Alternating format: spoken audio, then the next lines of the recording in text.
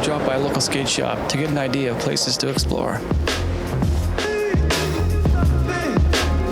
There we ran into Mustafa, an immigrant from Morocco. So what makes Sweden special? Girls. You heard it direct from Mustafa. We don't have like that girls out in Morocco. Not sexy? Sexy as fuck. Yeah.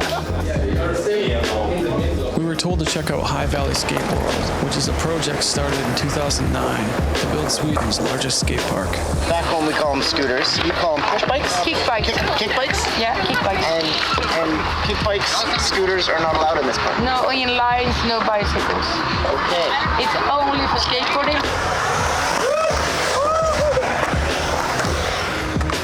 Their end vision is to be the largest skate park in Europe. We are here to do the girls' skate night kind of thing, right? Yes. Is that how you call it?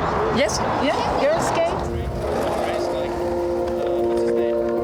We don't have like skate schools or anything. We have like an idea. If we learn someone to skate, they have to learn someone else. And everybody helps everybody, and you can be a beginning in the 40, 50, 60. I think one of our was almost 70.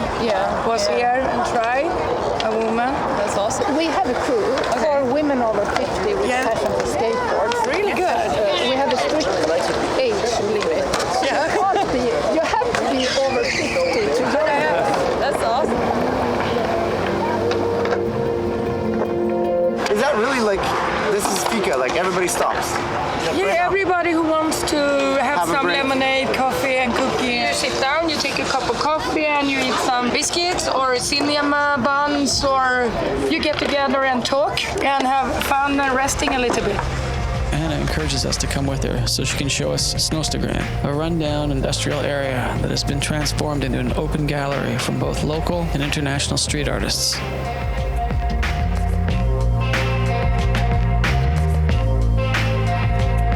Around the back, there's always new works being made, but the fronts aren't touched till the Spring Beat Graffiti Art Festival.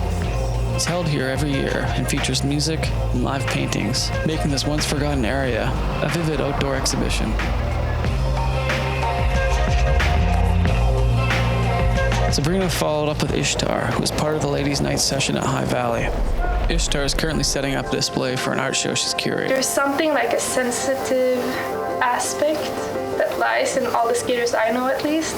Many of them paint and do some kind of art, and I love that. I was standing at a market last spring selling my art at this design market, and one of the guys who came up to me and was interested in buying a series of work, and then he's like, "This really reminds me of this guy, Dirty Elmo, do you know him?" And I had no idea. And he told me like, yeah, he makes street art and he's just amazing. So he showed me on his phone like some of Elmo's work, and I fell in love with it. And then fast forward like 6 months, I got my first curating job. And this guy who owns the venue, he loves graffiti and color, and I was like, this is perfect for Elmo. So I just hunted him down through Instagram and Facebook, like everything. And finally I got in touch with him. And now finally he's having this exhibition at this venue on Saturday. We tracked down Elmo, who's working at a studio. Living from like 10 years, I really hate this commercial thing going on all in the West world. It's like everywhere.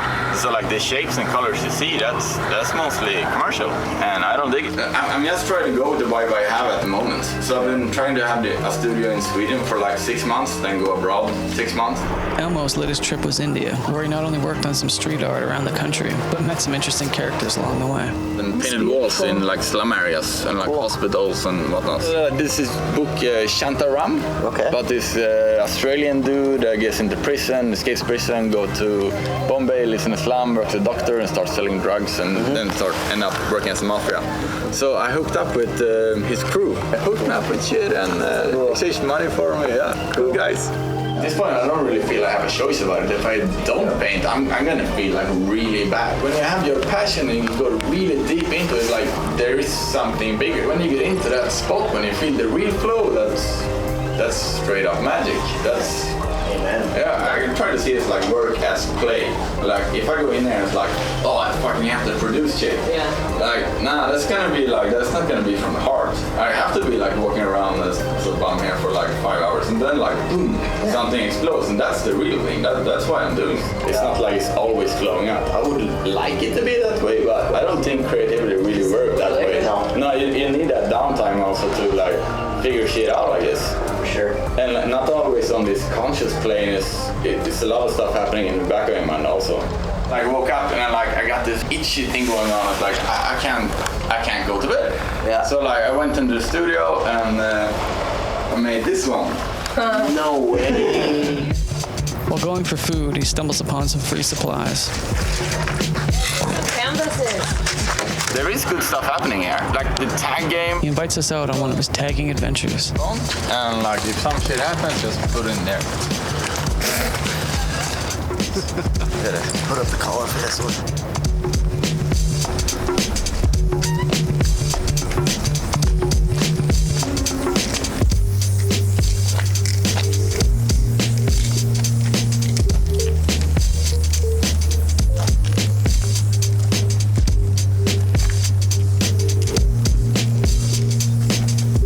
There's nothing around.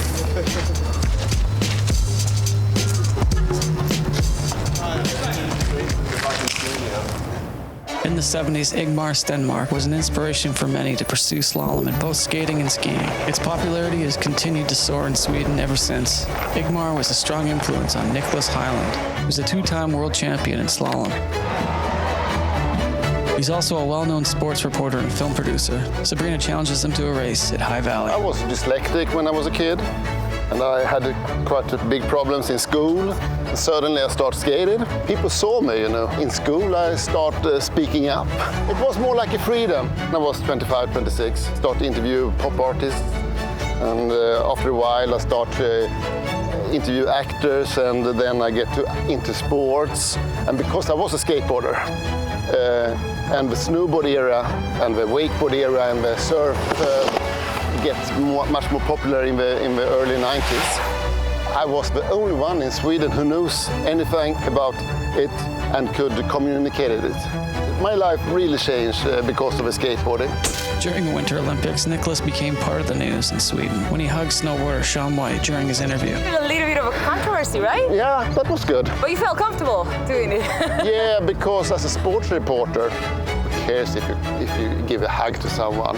They talked about it for a few days. Yeah, right? yeah. It was like they tried to kill me from the media. I'm a bit scared. It's fine. Oh, shit. 3, 2, 1, go!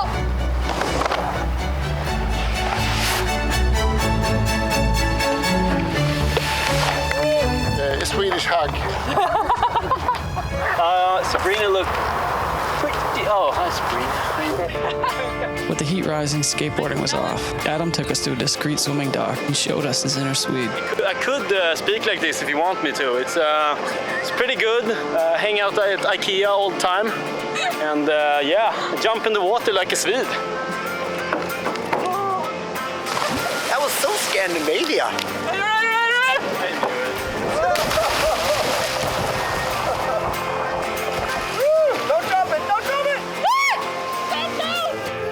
Graduation week has began. We witnessed fresh high school grads doing the traditional student flack, which is pretty much trucks full of drunk students celebrating. Reportedly, this year, one student had fallen off a truck and then accidentally got run over by another truck. Unfortunately, he died. We wanted to get out of the noise, so we took a day trip out of town. Before some of us were even in diapers, there was a heavy metal band in Sweden that changed the face of rock and roll forever. We're in a small hamlet outside of Stockholm, and we're on the hunt for Heavy Load. Heavy Load is often hailed as Sweden's first metal band. Known for their Viking themes, the band had massive success in the 80s, but went on a hiatus in the 2000s when a flood severely damaged their studio.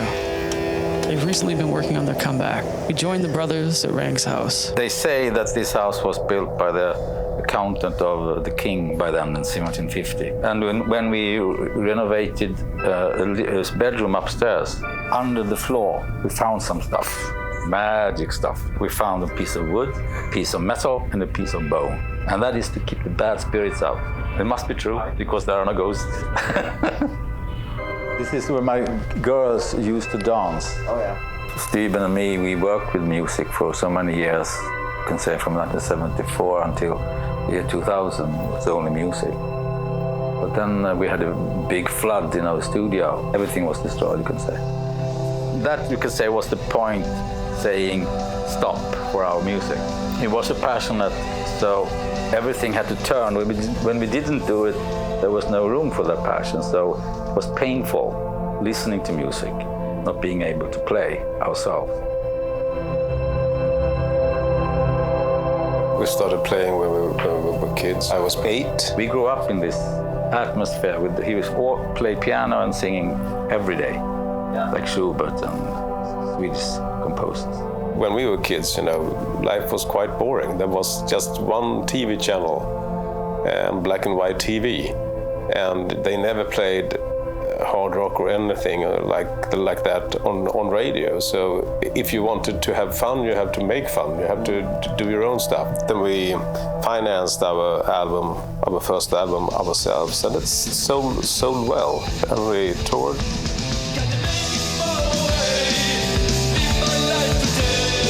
I don't think you find that in many studios today, because they have everything in the computer. This is the real stuff. When we did the recordings back in the 80s, we also always wanted more tracks than 24. It was too limiting. So we dreamed of a 32 track. How you guys came up with the name Heavy Load? Yeah. It's because we had so much equipment, we thought. And it was heavy to carry them. From our childhood, we were very much inspired by the Viking myths and so on, You can take the emotions and the spirit and all that, and the complexity of life from the Viking area or from many other areas as well, cultures, put it in today, because we're still human, we are still the same. It's just the time that changes, but we are still the same. One of our songs on our last album from 1983 is called Roar of the North, and it is actually about that feeling, that you feel the presence of the people that have lived in the place before you and your ancestors and so on, and you feel the connection. And we felt that very strongly. That inspired us. It's our heritage. That's how I sometimes want to connect the present with the old time. So this is my sword. He shows us his custom-built 9-string guitar that took 1 year to build. And with all those strings, you just get lost in there. No. First I did. Yeah, sure. All this stuff was bought during the last 2 years. Started from nothing and bought stuff back. Then 2 years ago, when I opened my guitar case, you can say, and found my soul again. The concert we did in Athens, when we did Stronger Than Evil, and it felt like the entire audience, maybe they did, was singing these words. And the emotion was so strong for me. So I didn't cry, I could hold myself, but it was very close. I'm sure that everybody has this energy to make something great of themselves and for the world. The problem is to find what it is that you can do and how to make this possible, to discipline yourself and focus. Sometimes I still feel that I have to fight the world being able to put up my guitar sometimes.